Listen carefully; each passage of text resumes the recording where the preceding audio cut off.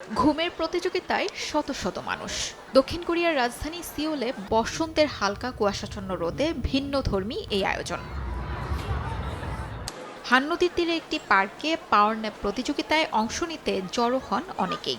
অংশগ্রহণের শর্ত বেশ মজার। ঘুমের জন্য রাজকন্যা বা রাজপুত্রের মতো পোশাক, ক্লান্ত শরীর আর ভরা পেট থাকতে হবে। প্রতিযোগিতা শুরু হতেই চোখে মাস্ক পরে ঘুমিয়ে পড়েন অংশগ্রহণকারীরা। আয়োজকেরা হার্ট রেট মেপে নির্ধারণ করেন কার ঘুম সবচেয়ে গভীর। ৮০ বছরের এক ব্যক্তি হন বিজয়ী, আর রানার আপ হন ৩৭ বছর বয়সী অফিসকর্মী হুয়াং দো সিয়ং। প্রতিযোগীরা বলছেন এই আয়োজন তাদের ক্লান্তি দূর করার সুযোগ দিয়েছে। 평소에 잠을 잘 못 자요. কোয়ালা গভীর ঘুমের জন্য বিখ্যাত, তাই তাদের মতো একটু ঘুমের জাদু পাওয়ার আশায় আমি কোয়ালার পোশাক পরে এসেছি। 친구를 데리고 200র বেশি সার্ভিস ও ফিচারে লেনদেনের সব বিকাশ অ্যাপে সম্ভব।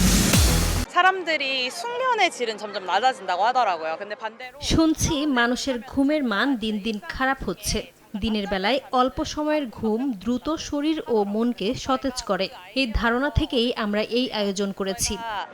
대낮에 잠깐 1시간 반 동안 자거든요. সিওলের ব্যস্ত জীবনে কর্মজীবীদের জন্য ঘুম অনেকটাই বিলাসিতা। Organisation for economic cooperation and development OECD এর তথ্য অনুযায়ী সদস্য দেশগুলোর মধ্যে দক্ষিণ কোরিয়ার কাজের সময় সবচেয়ে বেশি আর ঘুম সবচেয়ে কম। তাই আনন্দের এই প্রতিযোগিতা আসলে বড় এক সামাজিক সমস্যার প্রতিফলনও বটে। টানা তৃতীয় বছরের মতো আয়োজিত এই প্রতিযোগিতা তুলে ধরছে জীবনযাত্রার এক বড় বাস্তবতা।